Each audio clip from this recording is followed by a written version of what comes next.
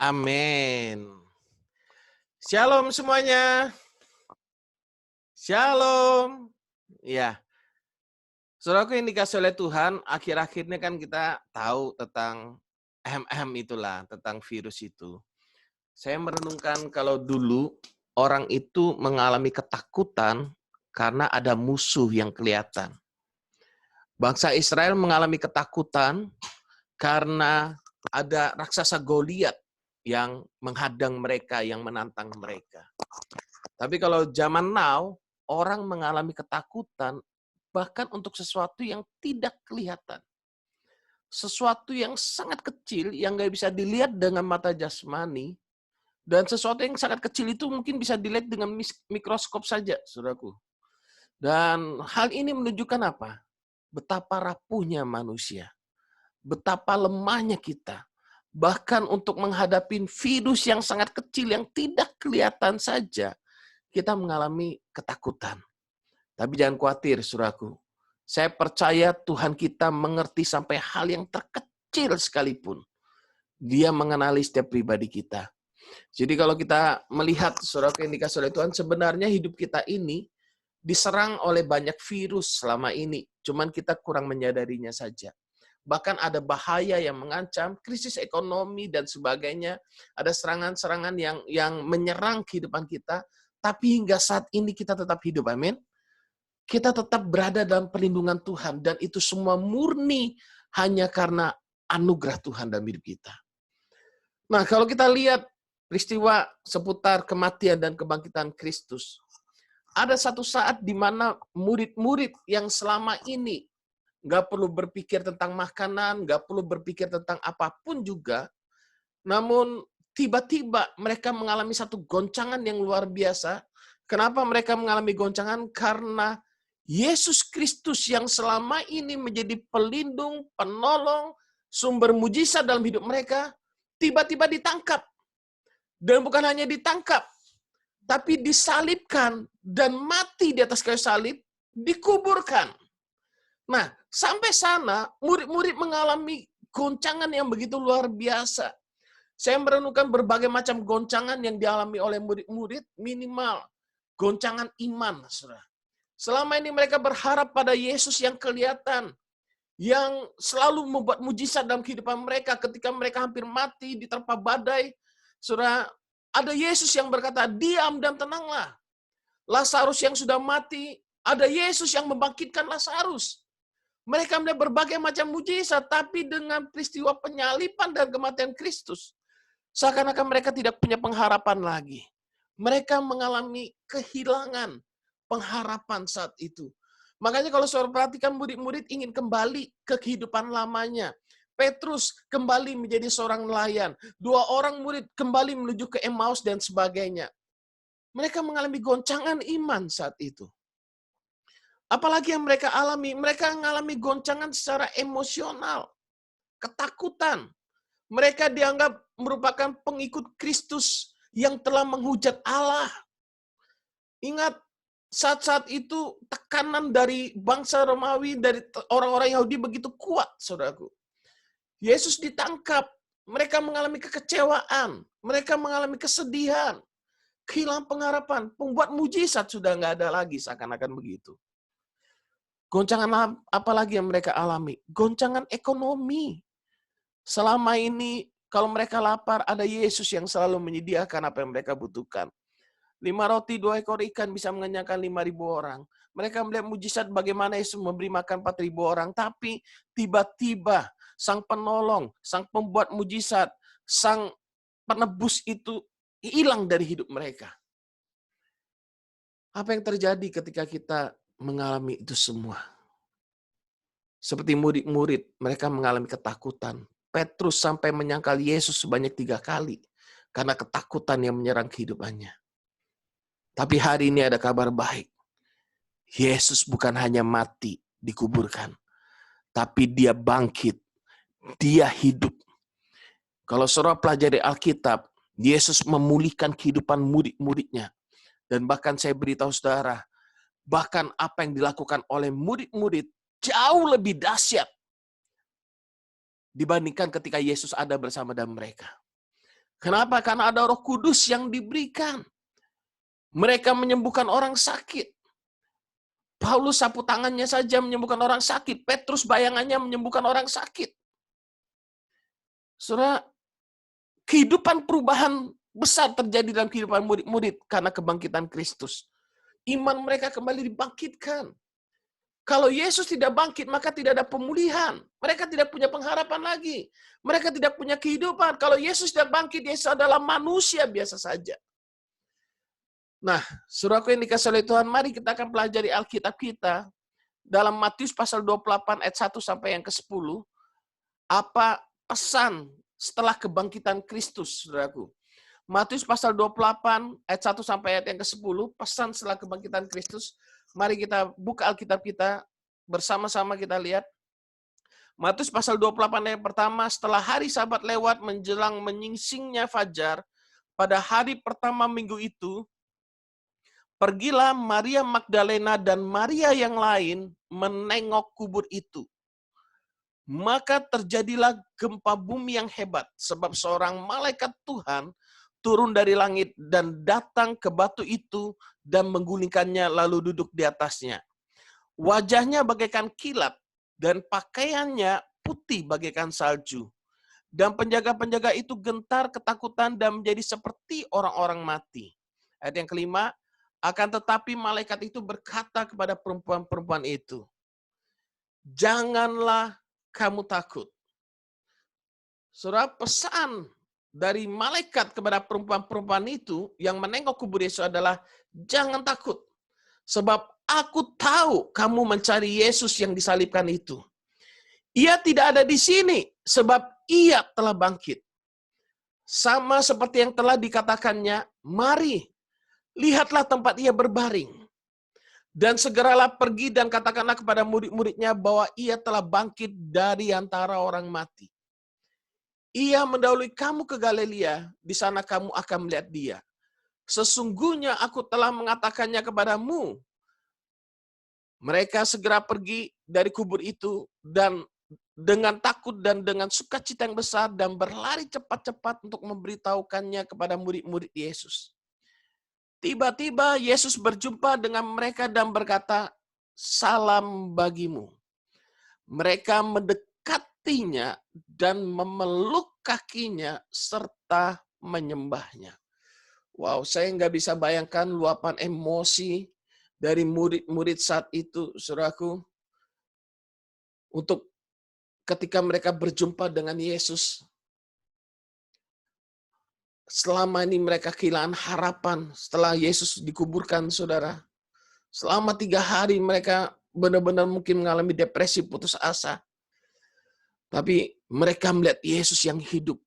Makanya mereka mendekatinya dan memeluk kakinya serta menyembahnya. Maka kata Yesus pada mereka, jangan takut. Pergi dan katakanlah kepada saudara-saudaraku supaya mereka pergi ke Galilea dan di sanalah mereka akan melihat aku. Saudara, dalam Matius pasal 28 ini, saudaraku, kita bisa melihat dari ayat yang pertama, tujuan perempuan-perempuan itu ke kubur Yesus adalah untuk menengok kubur Yesus itu. Berbicara tentang menengok kubur, berbicara tentang mungkin apa yang kita harapkan telah mati.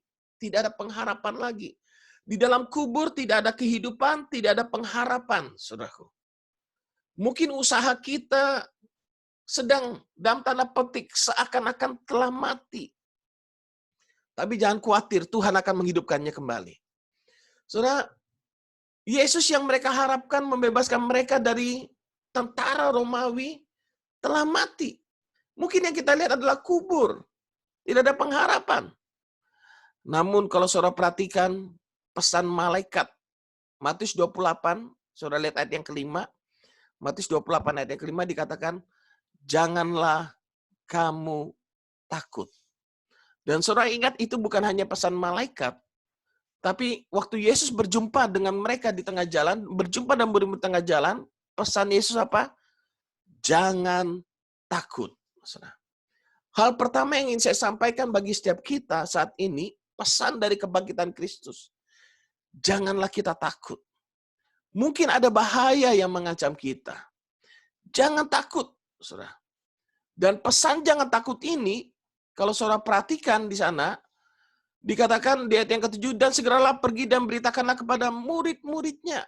Saudara. Kenapa kepada murid-muridnya? Karena murid-murid sedang mengalami ketakutan, saudaraku. Bahkan di Markus 16 ayat yang ke-7, pesan itu dikatakan, katakanlah kepada murid-muridnya dan kepada Petrus. Petrus saat itu kita tahu mengalami goncangan iman yang luar biasa, makanya dia sampai menyangkal Yesus sebanyak 3 kali karena ada ketakutan yang menimpa hidupnya. Kita punya 1001 alasan untuk takut, tapi tahukah saudara, banyak hal yang kita takutkan sebenarnya tidak terjadi. Saudaraku yang dikasih oleh Tuhan, jangan ketakutan yang berlebihan, saudara. Hidup normal, standar, berjalan dan iman. Orang benar hidup oleh iman. Tentu kita harus jaga kesehatan, kebersihan, dan sebagainya. Saudara, tahukah saudara bahwa pesan jangan takut di dalam Alkitab pertama kali diberikan kepada Abraham. Abraham memiliki seorang istri Sarah yang saat itu mandul. Umur mereka sudah berumur saat itu. Sudah mati haid, Alkitab katakan. Secara logika manusia, Abraham sudah tidak bisa memiliki keturunan. Tapi pesan Tuhan kepada Abraham, jangan takut. Coba saudara lihat Kejadian pasal 15 ayat yang pertama. Mari kita buka Alkitab kita, Kejadian pasal 15 ayat yang pertama.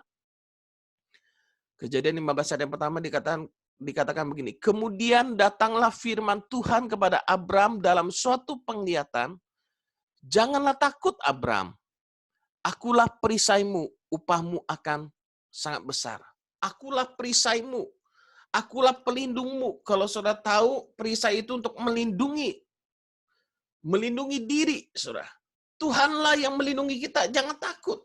Dan kalau saudara baca nanti di rumah di sana, Allah berjanji kepada Abraham untuk memberikan keturunan dan sebagainya. Allah melindungi Abram saat itu, belum Abraham.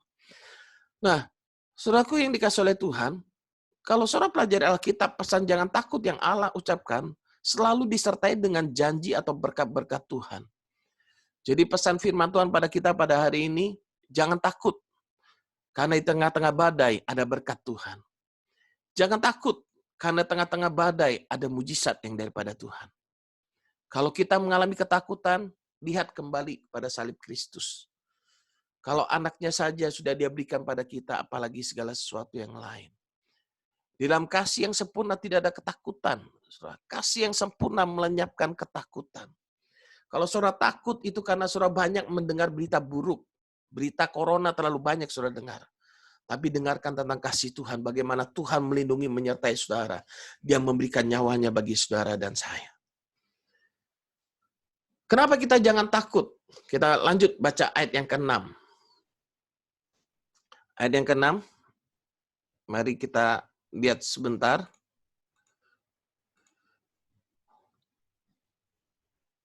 Sorry, ayat yang ke-5b belum selesai dulu. Janganlah kamu takut sebab aku tahu kamu mencari Yesus yang disalibkan itu. Kenapa kita jangan takut? Karena Tuhan tahu apa yang kita cari, apa yang kita butuhkan. Tuhan tahu segala sesuatu yang terjadi dalam hidup kita dan pergumulan kita. Saudara. Tuhan tahu mungkin saat ini kita seakan-akan kehilangan pengharapan. Tapi kita berkata, pengharapan dalam Kristus tidak mengecewakan. Saudara. Kenapa? Karena ada kasih Allah yang telah dicurahkan bagi setiap kita. Tuhan tahu akan segala sesuatu. Mari buka Matius pasal 6 ayat yang ke-8. Buka Alkitab saudara, Matius pasal 6 ayat yang ke-8. Kita baca bersama-sama supaya ini menjadi iman kita. Saudara, kita menyadari penuh. Matius pasal 6 ayat yang ke-8. Matius pasal 6 ayat yang ke-8 dikatakan begini. Jadi janganlah kamu seperti mereka. Karena Bapamu mengetahui apa yang kamu perlukan sebelum kamu minta kepadanya. Sekali lagi, anak-anak saya nggak perlu pikir makan, papa mamanya mikirkan bagaimana anak-anaknya bisa makan. Sebelum mereka memikirkan kuliah, papa mamanya sudah memikirkan nanti kalau anak ini besar, kira-kira sekolahnya di mana, kuliahnya di mana, dan sebagainya. Kalau Bapak di dunia aja seperti itu, apalagi Bapak di surga. Yang jadi masalahnya adalah apakah kita mempercayai Tuhan atau tidak. Saudara, jangan takut karena Tuhan tahu apapun yang kita pergumulkan, Tuhan tahu. Jadi pesan pertama, jangan takut. Kenapa jangan takut? Yang kedua, karena Yesus tahu apapun yang kita pergumulkan. Katakan, beritahu kiri kanannya, Yesus tahu kok pergumulan kita. Kasih tahu anggota keluarganya, Yesus tahu apa yang menjadi pergumulan kita. Ya, kalau Wida pinginnya nasi goreng, Leo tahu kok. Oh gitu ya, tinggal ngomong ya Wid ya. Oke. Pesan yang ketiga dari kebangkitan Kristus, kita lihat ayat yang ke-6. Ayat yang ke-6 dikatakan, ia tidak ada di sini. Sebab ia telah bangkit sama seperti yang telah dikatakannya. Mari lihatlah tempat ia berbaring. Pesan ketiga, kenapa kita jangan takut? Jangan takut karena Tuhan tahu, Yesus tahu apapun pergumulan kita. Yang ketiga adalah karena Yesus tahu apa yang menjadi pergumulan kita. Yang ketiga adalah Yesus hidup. Ia tidak ada lagi di kuburnya, saudara. Dia bangkit, dia hidup. Dia telah mengalahkan maut. Makanya 1 Korintus 15 berkata, hai maut, di manakah sengatmu? Maut telah dikalahkan. Artinya apa? Ada kehidupan di dalam Kristus. Mungkin kita akan mengalami kematian secara daging. Kalau kita nggak rapture hidup-hidup, saudara. Mungkin kita mengalami kematian secara daging, tapi jangan takut. Karena Yesus kita adalah Yesus yang hidup. Kalau kita tidak mengenal dia adalah Tuhan yang hidup, kita tidak akan mengalami kuasa kebangkitannya. Yang jadi masalah adalah banyak orang tidak mempercayai bahwa Yesus itu adalah Yesus yang hidup. Yesus yang memimpin kehidupan saudara dan saya. Dia Tuhan yang hidup. Saudara. Ketika berita kebangkitan Yesus disampaikan kepada murid-murid oleh perempuan-perempuan yang menengok kubur Yesus, mereka juga tidak percaya sampai Yesus menampakkan diri kepada mereka. Dan yang menariknya dalam Yohanes pasal 20 ayat 25, kita lihat bagaimana dengan Thomas ketika mendengar berita bahwa Yesus itu hidup, Yesus bangkit. Yohanes pasal 20 ayat yang ke-25, kita lihat. Maka kata murid-murid yang lain itu kepadanya, kami telah melihat Tuhan. Tetapi Thomas berkata kepada mereka, sebelum aku melihat bekas paku pada tangannya, dan sebelum aku mencucukkan jariku ke dalam bekas paku itu, dan mencucukkan tanganku ke dalam lambungnya, sekali-kali aku tidak akan percaya. Thomas berjalan dengan penglihatannya. Kalau kita berjalan dengan penglihatan kita, tidak akan muncul iman. Dia belum melihat mujizat. Mungkin kita belum melihat mujizat. Tapi saya mau beritahu saudara, tetaplah percaya kepada Tuhan yang hidup. Ada ayat yang ke-26.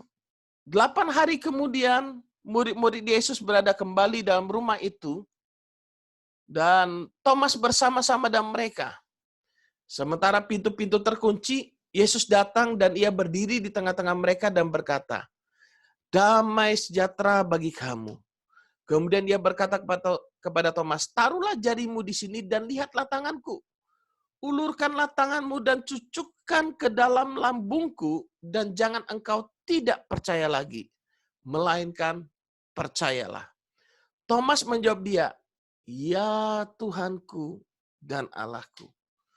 Thomas nggak sempat mencucukkan jarinya, tapi ketika dia melihat Yesus yang hidup, dia langsung berkata, ya Tuhanku dan Allahku. Suatu penyembahan langsung diberikan oleh Thomas.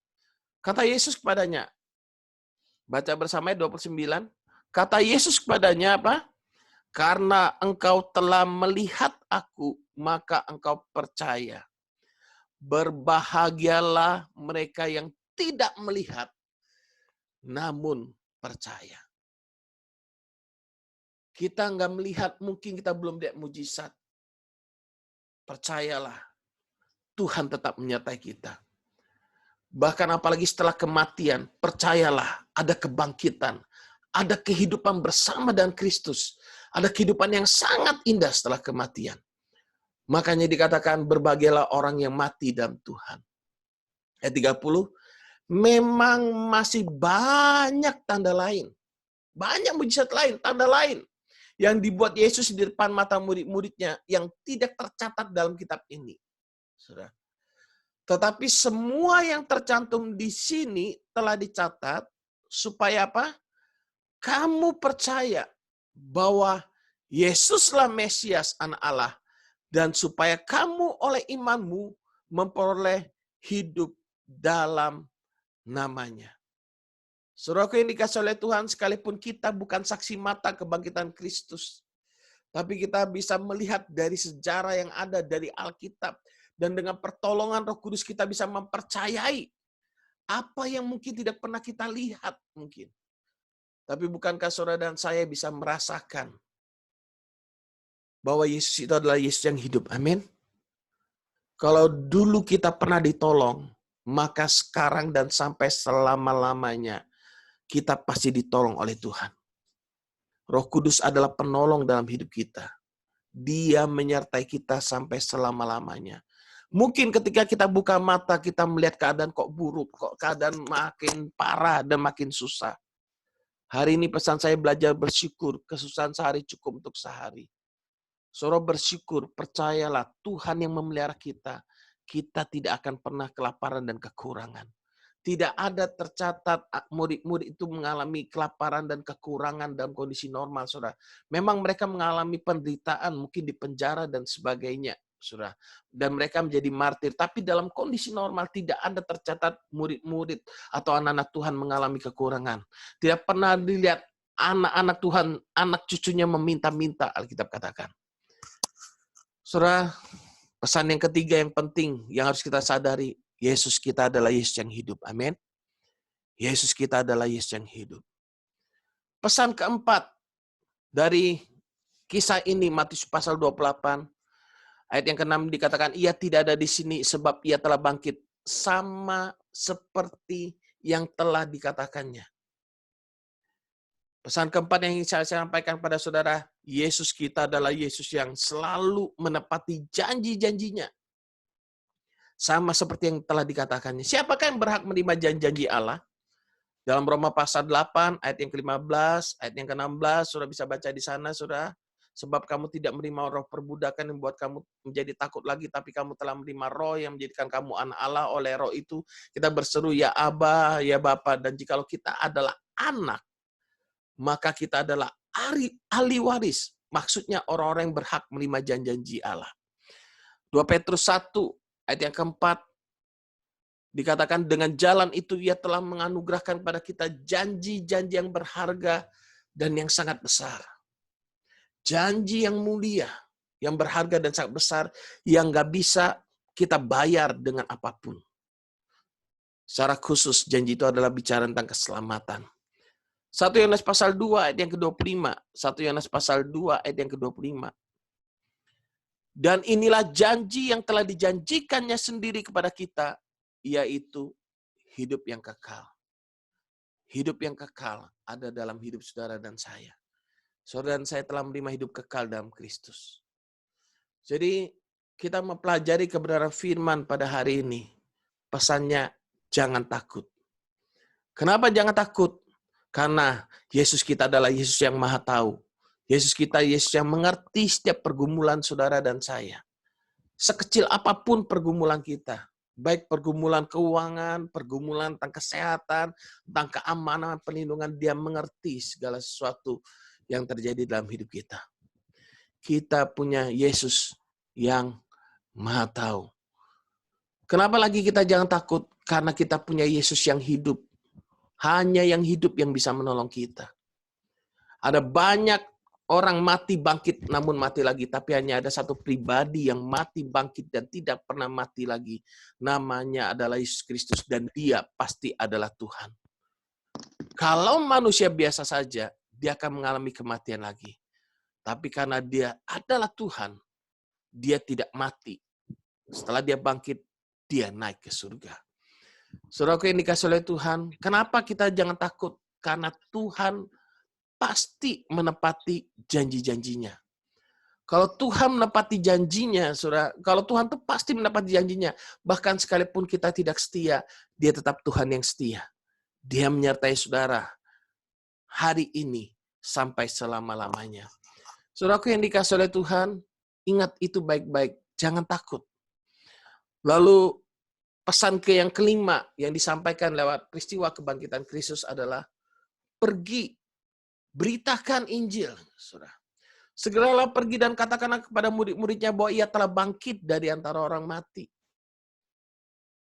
Saudara, ketika saudara pergi memberitakan Injil, Alkitab mencatat tanda-tanda mujizat ajaib menyertai saudara. Kalau saudara lihat, mungkin ada yang berkata begini, oh Yesus tuh nggak disalibkan, nggak mati, nggak bangkit, gitu ya. Yesus itu nggak bangkit. Itu cuman kisahnya murid-murid saja.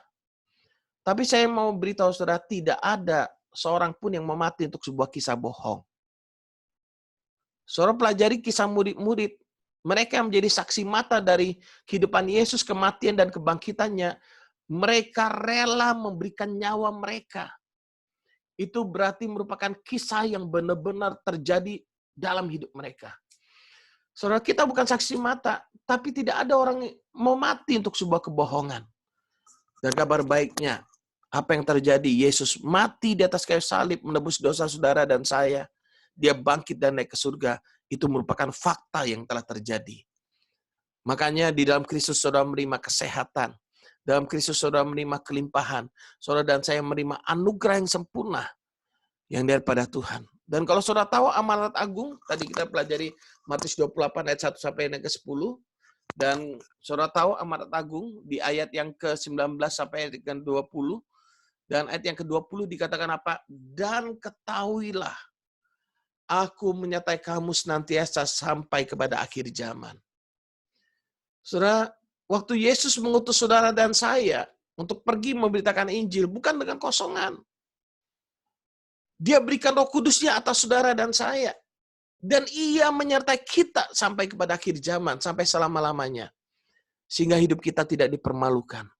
Apa yang kita beritakan tentang kuasa kebangkitan Kristus itu sangat luar biasa. Kuasa kebangkitan Kristus, berita Injil yang saudara beritakan, itu akan menyelamatkan banyak orang. Kisah Rasul pasal 4 ayat 33, kita bisa melihat di sana dengan kuasa yang besar, Alkitab katakan. Dengan kuasa yang besar, rasul-rasul memberi kesaksian tentang kebangkitan Tuhan Yesus. Dan mereka semua hidup dalam kasih karunia yang melimpah-limpah.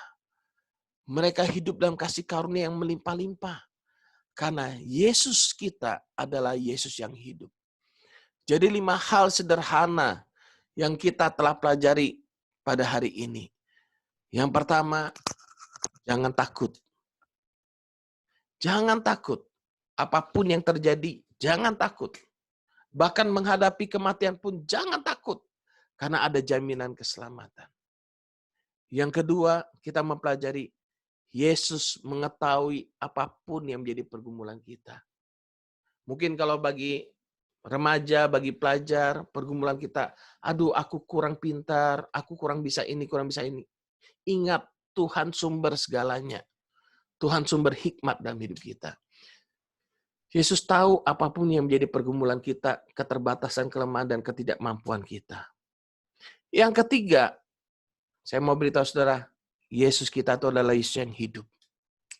Kalau saudara merenungkan, Yesus itu adalah Yesus yang hidup, maka tidak akan ada kekhawatiran.